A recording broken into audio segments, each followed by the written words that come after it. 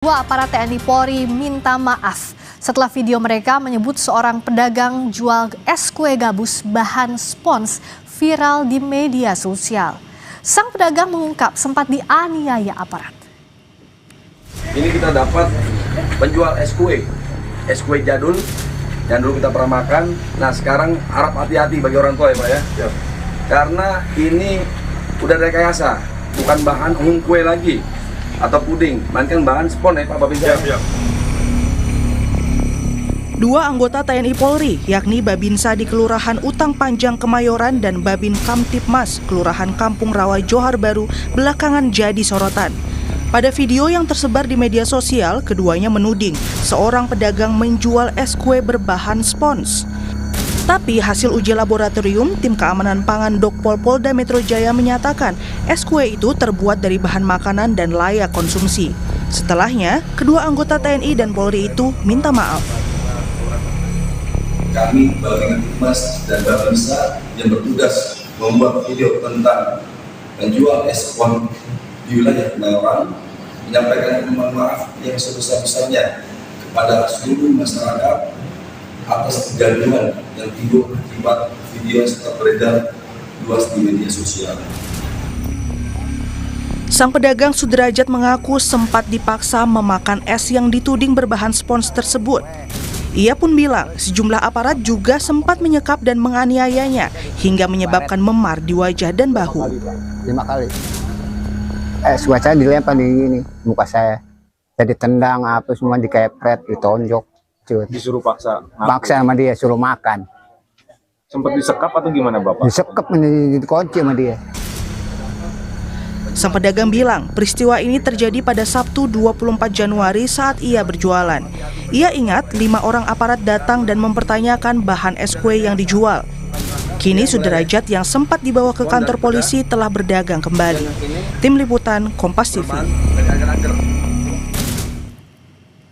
Saudara, tudingan soal es kue berbahan spons berujung permintaan maaf. Mengapa aparat bisa melakukan kesalahan yang fatal seperti itu? Kita bahas bersama anggota Kompolnas RI Khairul Anam. Mas Anam, selamat malam. Selamat malam, apa kabar? Sehat selalu. Kabar baik, sehat juga Mas Anam. Bicara soal berita ini, apa Kompolnas sudah meminta keterangan langsung kepada polisi karena publik sudah terlanjur marah? Apakah permintaan maaf ini cukup, Mas Anam? Ya, pasti tidak cukup ya. Yang pertama begini, kasus ini sendiri sebenarnya dalam konteks yang lain ada upaya yang dilakukan oleh rekan-rekan kepolisian, termasuk juga menggunakan pendekatan ilmiah ya, dengan menguji makanannya. Ternyata dinyatakan sendiri oleh Dokes Polda Metro Jaya bahwa itu dari warna dan dari bau, dari bahan layak untuk dimakan. Nah, itu juga satu proses yang menurut saya juga bagus. Namun demikian yang problem mendasar adalah kalau belum jelas duduk perkaranya ya jangan dipublikasikan. Ini kan problemnya di situ. Terus ada tindakan-tindakan yang memang sepatutnya memang tidak dilakukan. Oleh karenanya kalau Pak penjual es tersebut merasa bahwa mendapatkan penganiayaan dan sebagainya, mohon untuk segera dilaporkan ke Propam atau kalau enggak bisa kami dampingi. Kami sudah berkomunikasi dengan Propam, ya Propam Mabes Polri, apa yang sudah dilakukan. Salah satunya sudah melakukan pemeriksaan terhadap anggota tersebut. Ya, apakah pelanggaran dan tidak pelanggaran. Nah, proses ini sedang berjalan. Oleh karenanya kalau pihak Pak penjual tersebut merasa penting dan menurut kami juga penting ya untuk menambah informasinya, kami kira Kompolnas akan mendampingi atau kalau enggak ya kami akan berkoordinasi dengan Propam untuk proaktif terhadap beliau. Ya. Itu yang kedua. Yang ketiga sebenarnya ini sebenarnya dinamikanya ya memang ada beberapa waktu terakhir ini memang ada dinamika soal makanan untuk anak-anak yang memang punya sensitivitas kesehatan. Lah oleh karenanya memang tindakan dari kepolisian ya mencoba untuk masuk di sana. Yang salah adalah belum apa-apa sudah dipublikasi. Padahal kan harusnya dicek dulu sesuai dengan saintifik, ya kan, apakah ini berbahaya ataukah tidak dan sebagainya. Nah kalau ini berbahaya ya memang ya harus ada tindakan bersama-sama, tidak hanya oleh kepolisian tapi oleh kesehatan dan sebagainya, Kementerian Kesehatan dan sebagainya lah.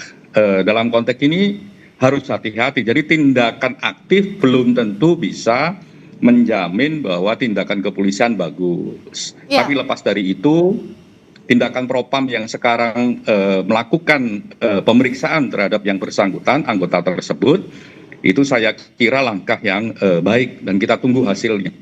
Nah ini yang ditunggu hasilnya, tapi kan apa yang harus tegas begitu, sanksi apa yang harus tegas dilakukan? Karena satu, saat ada laporan, taruhlah dianggap bahwa S tersebut mencurigakan, tanda kutip, apakah perlu langsung melakukan tindakan fisik?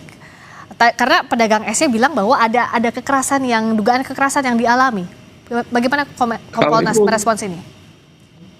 Kalau itu prinsipil ya, mau tindakan jual es, mau tindakan yang jelas-jelas melakukan kejahatan, pencurian dan sebagainya, tidak boleh dilakukan tindakan kekerasan oleh siapapun.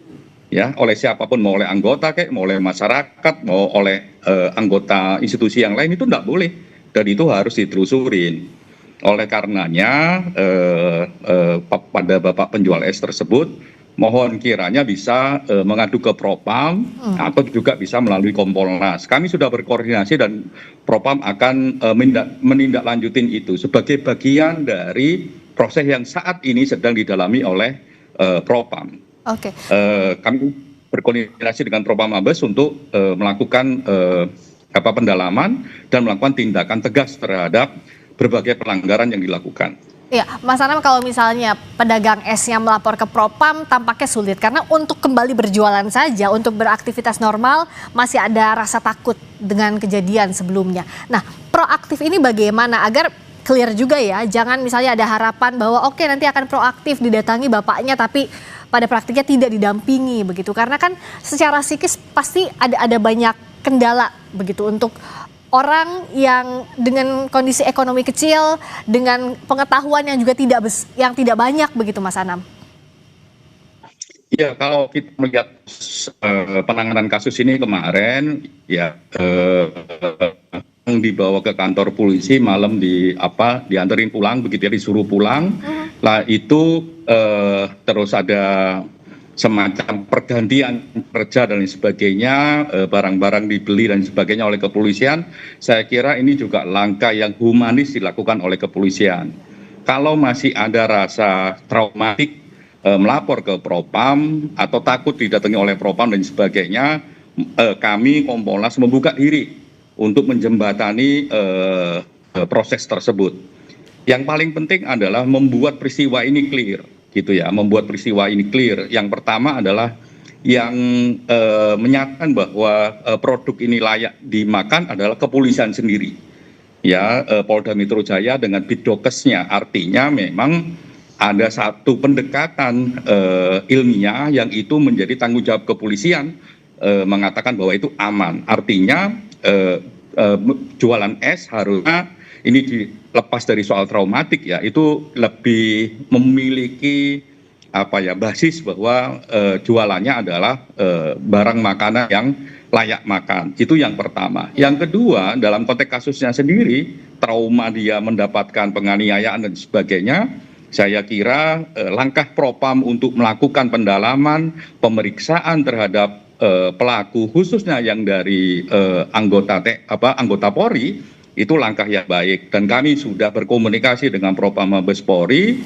ya untuk memastikan bahwa ini pemeriksaannya komprehensif. Oleh karenanya mohon kepada beliau, Bapak penjual es, silahkan ke Propam atau Propamnya juga bisa datang secara proaktif. Kalau enggak ya Kompolnas bisa menjembatani itu ya, agar traumatiknya tidak